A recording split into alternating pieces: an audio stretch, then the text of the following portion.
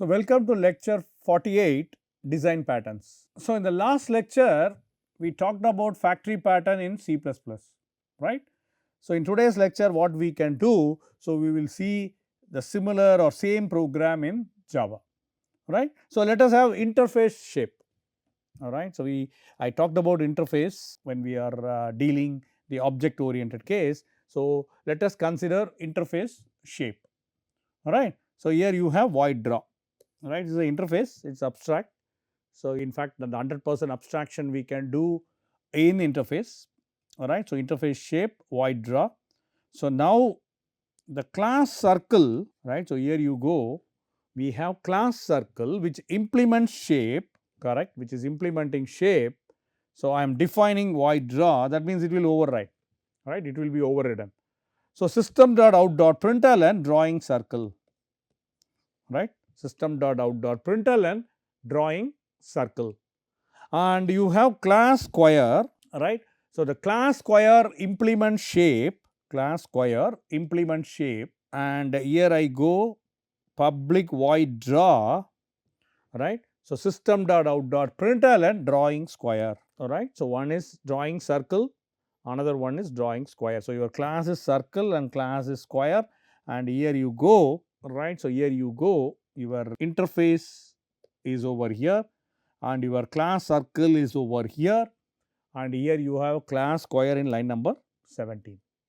Okay. So, now as usual let us have a class shape factory, correct. So, here you have public static the create shape object, right, under shape. So, here we no need to worry about the star and reference in Java, alright. So, here you have the object type under string class, right, under string, okay, under string. So, now if the type, right, so which is invoking, type is an object under string.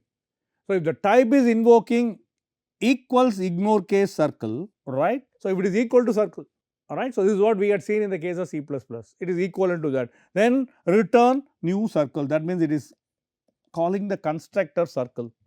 So, that means it will go to this particular class, and suppose you are creating an object under, let us say, this circle, right, under this. So, it will call, right. So, we are going to see, let us see what we are passing and under which, I mean, suppose I am creating an object shape, right, under shape. So, then we are going to see how exactly it is going to work. But suppose if it is square, right.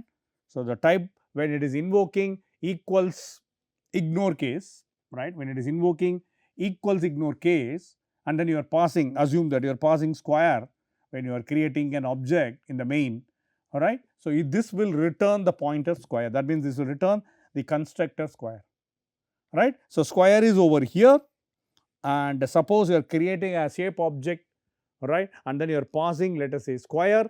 So, then this particular function should be called, right, in fact this will be overridden. So, let us go to the main program, right, your shape factory class is over here, and let us go to the main program. So, the main program if you see, right, the main class, correct. So, this is the main, all right. So, here you have class shape, class is over there, yes, and here you have shape factory, correct. So, here I have the main public class main one. So, the public class main one is a driver class, in fact I am looking for the driver class. So, main one is a driver class. So, under this you have public static void main. I am creating an object shape small s under capital shape, that means you have a interface shape, right, and this shape factory, right, this particular class which is invoking create shape by passing circle, right, it is equivalent to the object, that shape, right, small s which is invoking create shape, that is equivalent code, right. So, when it is invoking create shape and you are passing circle, so type is circle now, right. So, if a type is equal to this circle, yes it is circle, return new circle, that means this particular constructor it is going, right. So, when it is going to this particular constructor, this function, if suppose this object is invoking draw, right. So, that will be overridden, and since you have passed circle, right. So, when I am creating an object shape small s under capital shape, the interface, right. So, this particular function will be called, the draw function will be called, because the interface draw will be overridden, and when it is printing system.out.println drawing circle, right. So, the drawing circle, correct. So, that will be printed, the drawing circle will be printed, right. So, in fact, it is happening shape not equal to null. Yes, it is not null because it is printing, it is returning circle. So, in fact, it will not go to line number 23. So, this shape, right, now invoking draw function. So, when it is invoking draw function, since line number 29 you have passed circle, right. So, line number 29 you have passed circle. So, the circle constructor. So, therefore, the function line number 8, right, it is going to circle class, and line number 8 you have void draw. So, this particular method will be called, and in the method you have system.out.println drawing circle. So, therefore, you will get the output drawing circle. When you are running the code, you will get the output drawing circle, right. So, this is how the factory pattern in Java works. So, here you go line number 19. So, you have shape factory, right. So, again if you see line number 29, I mean you are just ordering create shape, right, by passing circle. So, then the encapsulation you have line number 19. So, and then, right. So, since you have passed the circle, your type is now circle, string type is circle. So, and then since it is circle, it is returning the circle constructor. So, circle constructor means it will go to the circle class. So, circle class, suppose you have, let us say, shape, right, small s, right, or it is an object under shape, the shape is the interface. So, the draw line number 3 will be overridden and line number 9 will be called, line number 8 will be called, and here you have system.out.println drawing circle, right. So, suppose assume that you are passing square, right, you are asking create shape square, right. So, then the type is square, line number 22, right, it will be returned square, that means the constructor will be returned, and here you go the square, correct. This particular function will be called and the drawing square will be returned, right, will be printed, right. So, this is how the implementation of factory pattern works in Java, right. So, when I run the code, since you are passing circle, drawing circle will be the output, right. So, this is all about your factory pattern. So, now I will talk about the notification factory in Java, right. So, I still stick on Java. So, notification factory in Java. So, what do you mean by notification factory? Let us have the interface notification, right. So, here you have one member function void notify user, it is abstract, right, 100% abstract. So, that means I have to inherit this, right. I mean this function has to be inherited in the subclass. So, let us say class email notification is implementing the interface notification, email notification, class email notification implements notification, right. So, public void notify user. So, that is what here you have in the abstract interface. In fact, that is not abstract class, it is the interface, pure 100% abstraction, we know that, alright. So, line number 8 you have notify user, alright, which is the method, right. So, this has to be inherited and the inherited class is email notification, which is implementing notification. So, here we are defining, alright. So, system.out.println sending email notification, simple.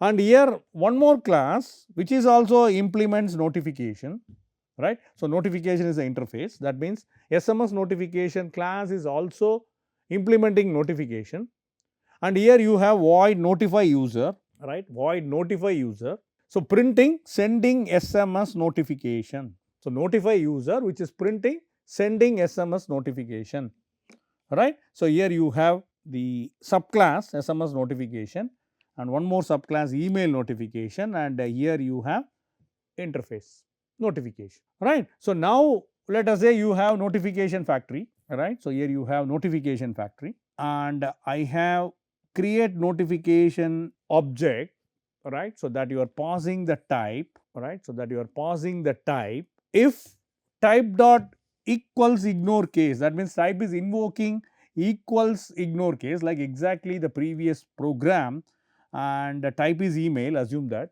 type is which is nothing but the string and the string is email, then it is returning by calling the constructor email notification. So, suppose I am passing email, right, assume that I am passing here email So, then your type is email.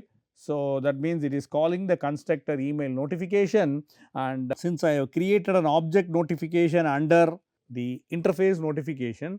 So, this particular function will be called because this will be overridden, right. So, this will be called, that means this notify user will be called, sending email notification will be printed, right. So, this is what exactly happening. So, suppose my text is, I mean to say my string is SMS, right. So, if it is equal to SMS, then it will call SMS notification constructor. So, that means this is going over here and then sending SMS notification will be printed, right. So, if you go to the main program, this is what all about your notification factory case, right. So, now suppose assume that I have class main2, which is a driver class, right. So, here I have the main program, the main function, your notification is an object under notification interface, right. So, here this notification is invoking create notification by passing email, right. So, you are passing email. So, when I passing email, so here you have write email, if it is equal, right, the type is equal to this email, then it is invoking email notification constructor. So, when it is invoking this, since I have created an object notification under capital notification, which is the interface, this will be overridden and this will be called, this notify user will be called. So, when it is calling this notify user, you can see system.out.println, it is printing sending email notification, right. So, that will be printed, correct. So, if notification not equal to null, here it is invoking, right. So, here the way of invoking. So, that means the notification object which is invoking the method notify user.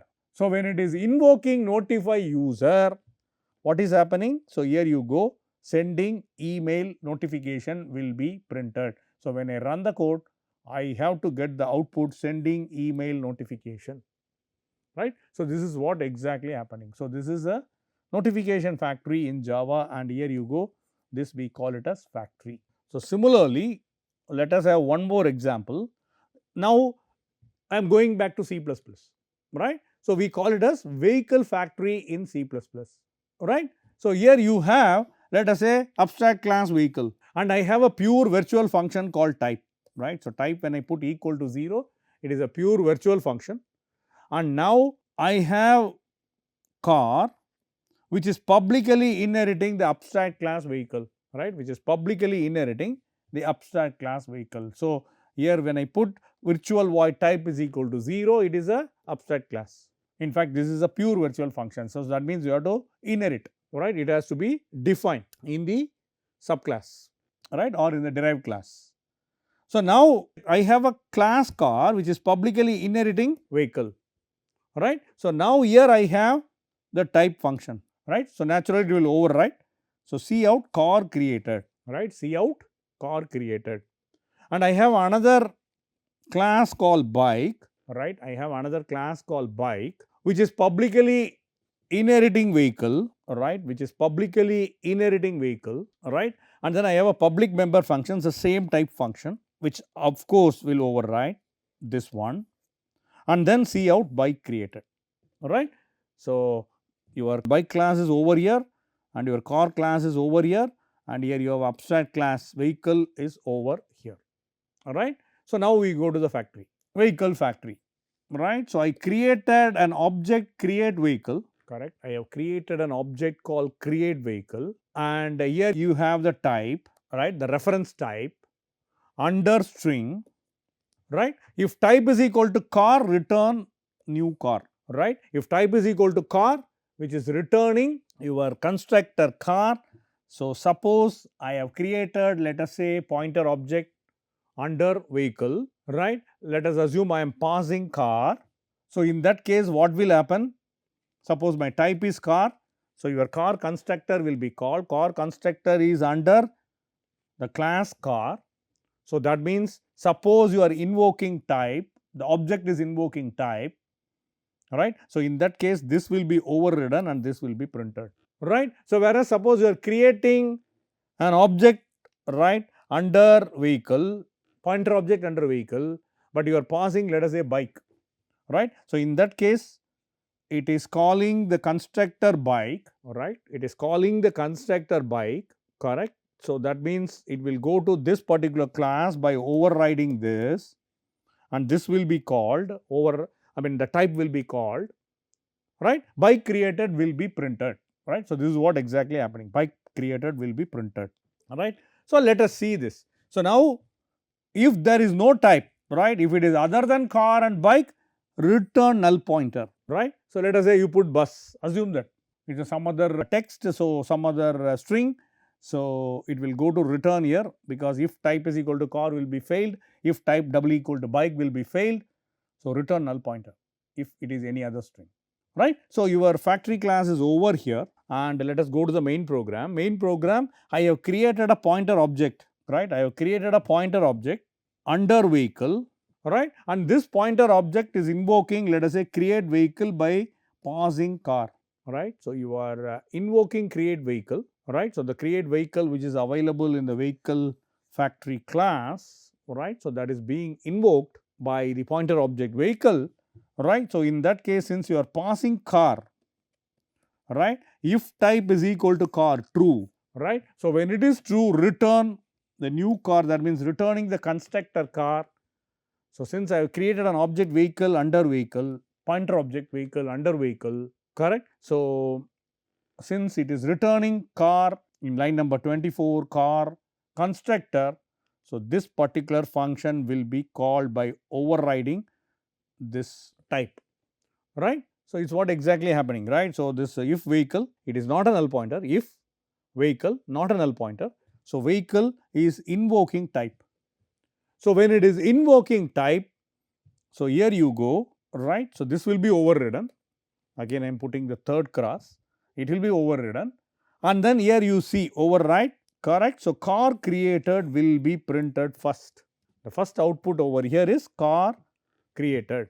So, now I am deallocating the memory for the pointer object vehicle, right, line number 33, it is already printed. What is the first printout? Car created is the first printout, right. So, the first print, right. So, now line number 33, I am deallocating a memory for vehicle, right. So, now again, right, anyway line number 31 will work, right. So, you have vehicle, star vehicle, that is the object under vehicle. So, now you are pointing your memory, right. So, vehicle is in the left side, and now here you have that create vehicle will be called by passing bike, correct. So, you are allocating a memory for vehicle by passing, right, it is invoking in fact create vehicle by passing bike, right. So, that means your type is bike. So, if the type is bike, it is returning new bike, right, which is a constructor.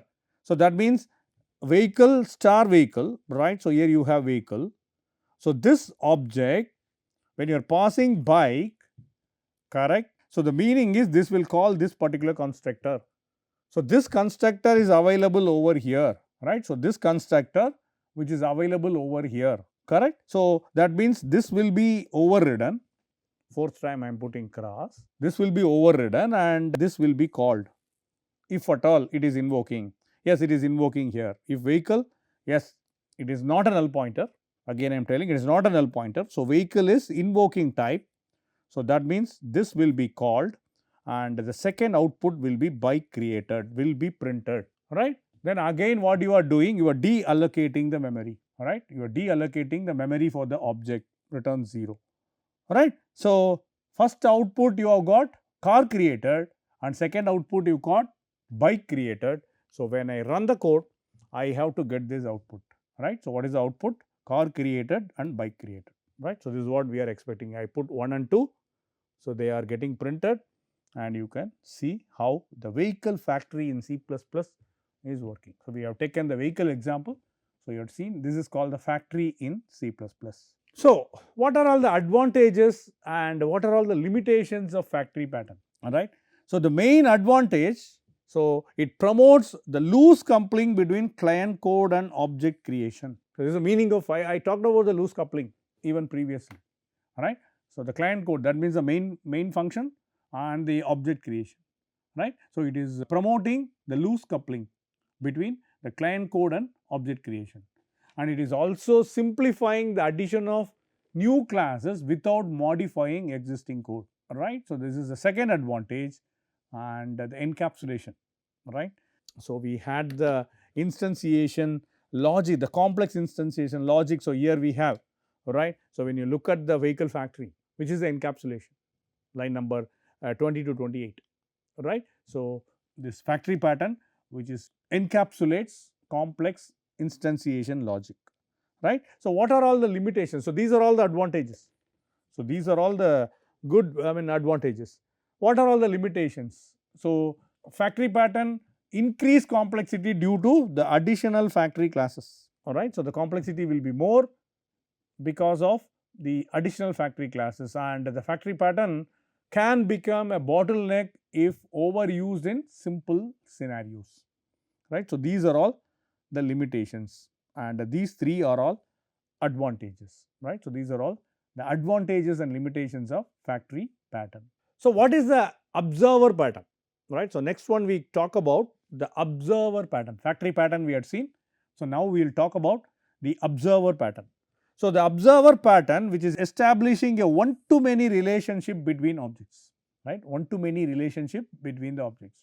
So, when the subject changes, all observers, that means the many observers are notified automatically. So, this we will see with an example, alright. So, the main features are decouples subject and observers, and it is providing a publish subscribe mechanisms, alright. So, the commonly used for event driven programming and reactive systems, right. So, these observer pattern, they are commonly used for event driven programming and reactive systems, right.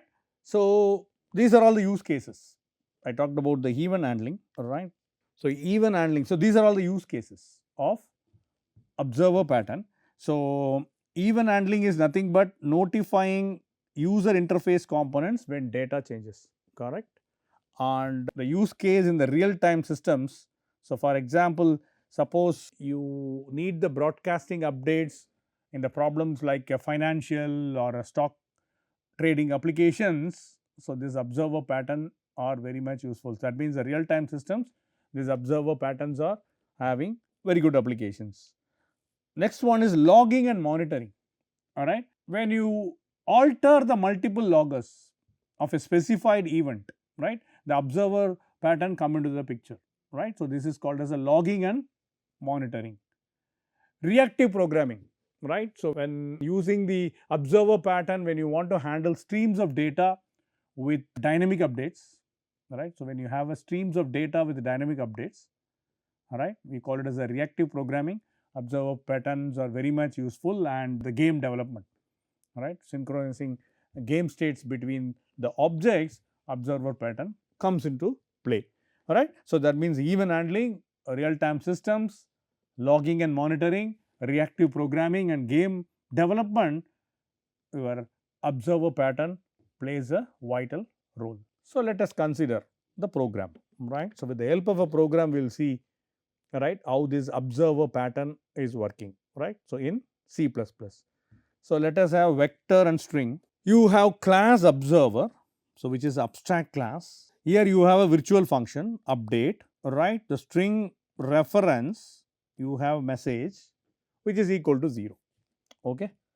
So, you have observer abstract class, and here you have class concrete observer which is overriding, right. In fact, this is inheriting observer which is the abstract class, and again you have the update function, update member function overridden, right. In fact, we have to define, right. So, it is equal to 0 when I put it is a pure virtual function, right. So, now here you have message, the reference message under string override, right. So, cout statement you have observer received, right. So, whatever message that we are going to pass, that will be printed, right. So, this class is concrete observer which is inheriting observer, and here you have class subject, right, which is not inheriting anything, class subject. So, under class subject I have vector pointer observer, right. So, here you have an object observers, pointer object observers. So, now I have a member function attach, observer is the pointer object under the class observer, right. Here you have observers, right. I mean, you have already defined line number 20, the private member data or private object, right, the pointer object observers. So, this observers is invoking push back observer. So, that means this is a inbuilt function, right, the inbuilt member function which is available in vector, right. So, this is the inbuilt member function which is available in vector. So, that means, so when I am passing something, so that will be pushed back, right. It is like we had seen the linked list, right. So, it will be pushed back. For example, I have some data that will be putting over here, right. So, that is what exactly it is doing, pushback. Pushback is the inbuilt function in vector. So, it is putting in the stack, or the list, right. So, now next one is notify member function, right. So, I have notify member function. So, message is the string, right, message is the string, in fact it is a reference string, and I have range for loop, right. So, observer, so the observers are copied into observer, both are pointing to the same location, and observer is invoking update message. So, this is what exactly happening in class subject, right, the class subject is over here. Now, in the main program I have an object subject under class subject, fine. So, I have two objects, observer 1 and observer 2 under concrete observer. Where is concrete observer? Over here, and your pure virtual function is over here, right, virtual class or abstract class, correct. So, now I have created two objects under here, this particular class, line number 12. Okay. The name of the class is observer 1 and observer 2. So, now subject under class subject which is invoking attach, right, which is invoking attach, and you are pausing observer 1, the reference object observer 1, right. So, you are pausing observer 1. So, what is happening? Attach in subject is invoking attach, yes, it will be called. So, observer is nothing but now observer 1, right, just consider this particular line. So, your observer 1. So, both are pointing to the same location, observer and observer 1 right now. Anyway, when you are creating an object, instantiating an object, so the observers can push back observer. So, that means observer 1 is in the list, observer 1 is in the list, push back, all right. So, it is pushing observer 1, let us say in the list, right. Next, again subject which is invoking attach by pausing the reference of observer 2, all right. So, again now observer and observer 2 will point to the same location, correct, and observers is pushing observer 2, right. So, the next one is, let us say, observer 2. So, in the list you have observer 1 and observer 2, all right. So, without loss of generality, let us consider the stack, observer 1 in the bottom, observer 2 is like this, or if you consider linked list, push back, all right. I am putting in the back, it is understood, right. So, maybe observer 1 and push back you have observer 2, if you consider like this, fine, either you consider this or this. So, it is like this now. So, now the object subject which is invoking notify, right, which is invoking notify, here you go, right, you are passing the message is nothing but allow observers. So, now your observers, so which are nothing but observer 1 and observer 2, right, this is what the range for loop. So, observer will be observer 1 and observer 2, correct. So, now observer which is update message, invoking update message. So, observer 1 will invoke update message, that is the meaning. So, when it is invoking update message, observer received will be printed with colon message. What is the message? You passed allow observers. So, first time will be printed, right. Again the pointer you have observer 2 now, because it is a for loop, range for loop. So, observer 2 that will invoke update by passing the message. What you are passing? Allow observers, right. So, again observer received, the message is allow observers will be print, right. So, when I run the code, 2 times it has to be printed, right. So, you make sure you draw the diagram. So, either you take it as a list, all right, or the linked list like this. So, now when I run the code, I have to get the output like this, right. This is what we are expecting, 2 times I said. So, 2 times it will be printed. So, this is what exactly happening, right. So, this is called as the observer pattern in C++, right. So, I hope you understand how the observer pattern is working in C++. So, what we can do, the similar or same program what we can do, we will see with the help of Java in the next class. Thank you very much.